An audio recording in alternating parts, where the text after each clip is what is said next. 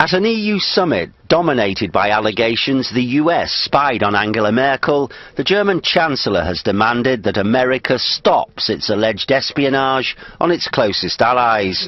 Merkel and French President François Hollande called on President Obama to initiate a no-spying agreement with Berlin and Paris. The most important thing is we find a basis for the future on which we can operate.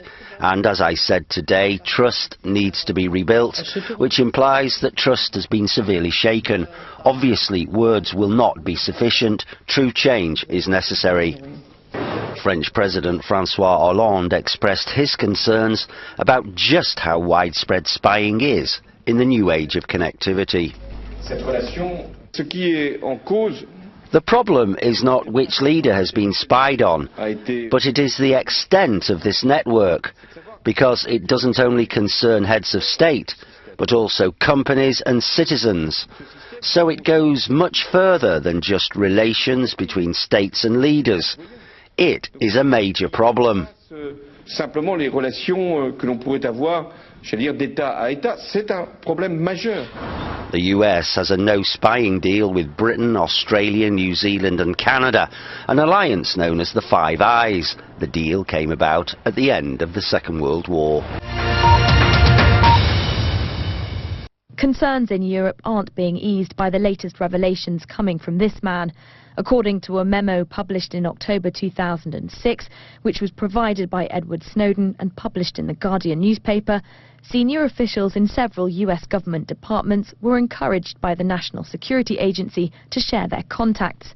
In one case, 200 numbers were handed over, including those of 35 world leaders. None have been named, but this just adds to the pressure the US is facing. The NSA has been at the centre of Edward Snowden's leaks, and the White House has continually sought to justify its activities by emphasising the importance of keeping Americans safe. But now leaders and allies know they're being spied on too. It's made America's friends doubt its intentions.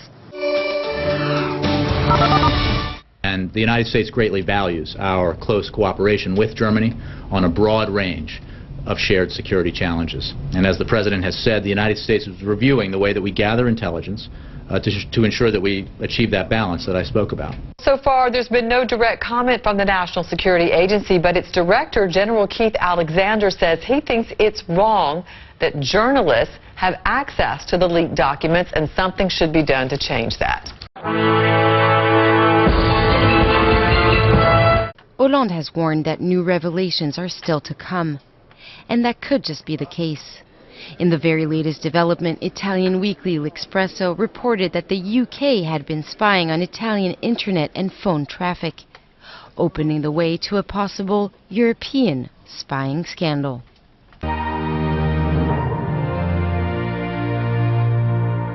We're getting more as well from Le Monde, the leading French newspaper, talking about French intelligence officials going to the United States while Nicolas Sarkozy was still the president of France, because they suspected that the Élysée, the presidential residence, had been hacked into.